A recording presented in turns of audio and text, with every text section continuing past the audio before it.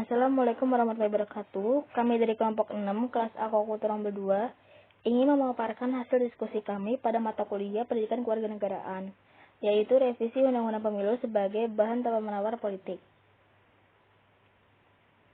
Berikut nama-nama anggota kelompok 6, yaitu ada Nurul Fatimah, ada Habibah Ulfiana, Alfira Dinda Farika, Reza Damayanti, Kirani Romansa Setia Aji, dan Safitri.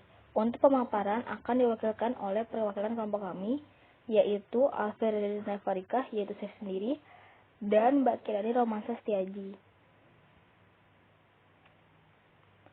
RUU telah masuk ke legislatif nasional yang disiapkan oleh DPR.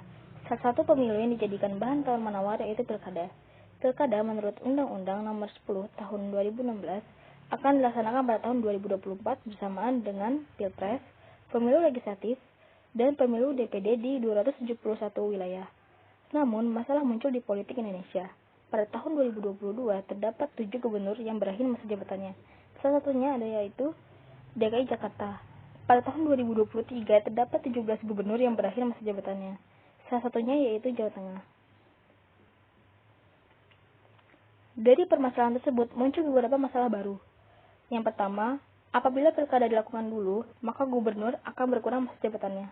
Yang kedua, terdapat beberapa gubernur yang direkonstruksikan menjadi presiden di tahun 2024 seperti Gubernur Jakarta, Jabar, dan Jateng.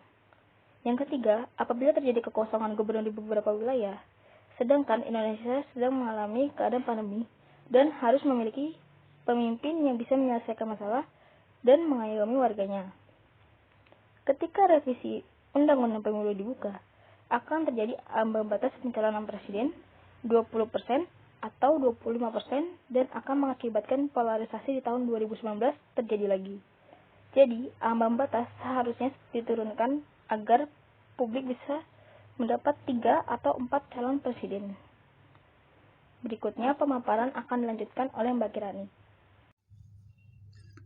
Selanjutnya adalah argumen.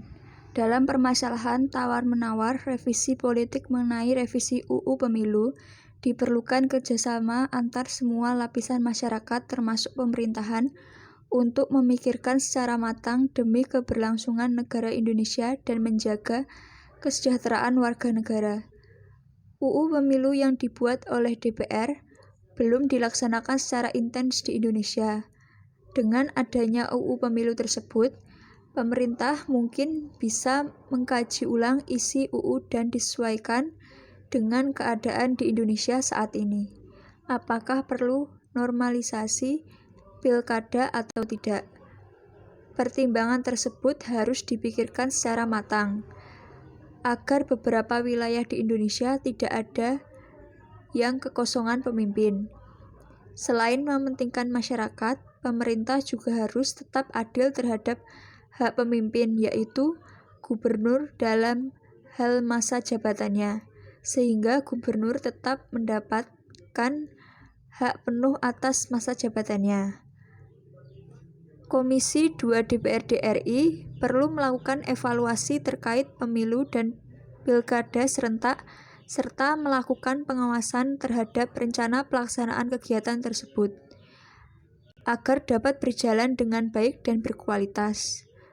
Selain itu, bila pemilu dan pilkada serentak dilaksanakan pada tahun 2024, maka beban dan ongkos ekonomi, sosial, dan politik akan menjadi sangat berat. Batalnya revisi UU tentang pemilu serentak adalah pemilu yang diselenggarakan untuk memilih beberapa lembaga demokrasi pada satu waktu secara bersamaan. Sedangkan untuk pemilihan kepala daerah, istilah yang digunakan adalah pilkada serentak. Selama ini pelaksanaan pemilu serentak dan pilkada serentak diatur secara berbeda. Pemilu serentak diatur dalam UU Nomor 7 Tahun 2017. Selanjutnya, beberapa pertimbangan dengan adanya keserentakan pemilu yaitu memfasilitasi munculnya penyederhanaan sistem kepartean melalui pemberian insentif bagi partai politik untuk membangun budaya dan pelembagaan politik demokratis yang berkelanjutan, yaitu aliansi, koalisi, dan gabungan atau merger. Kedua, mendorong pembentukan parlemen yang lebih efektif. Ketiga, menjadi dasar bagi terrealisasinya sistem pemerintahan presidensialisme yang kuat dan stabil. Keempat, menciptakan ruang bagi munculnya fokus isu dalam pemilu, mana yang merupakan isu nasional dan isu lokal. Yang kelima, menciptakan sistem pemilihan yang sederhana, waktu yang singkat sekaligus biaya murah baik dalam pemilihan legislatif dan pemilihan presiden. Yang terakhir, agar tujuan di atas dapat terrealisasi dengan efektif, maka sistem pemilu presiden mayoritas bersyarat merupakan pilihan utama.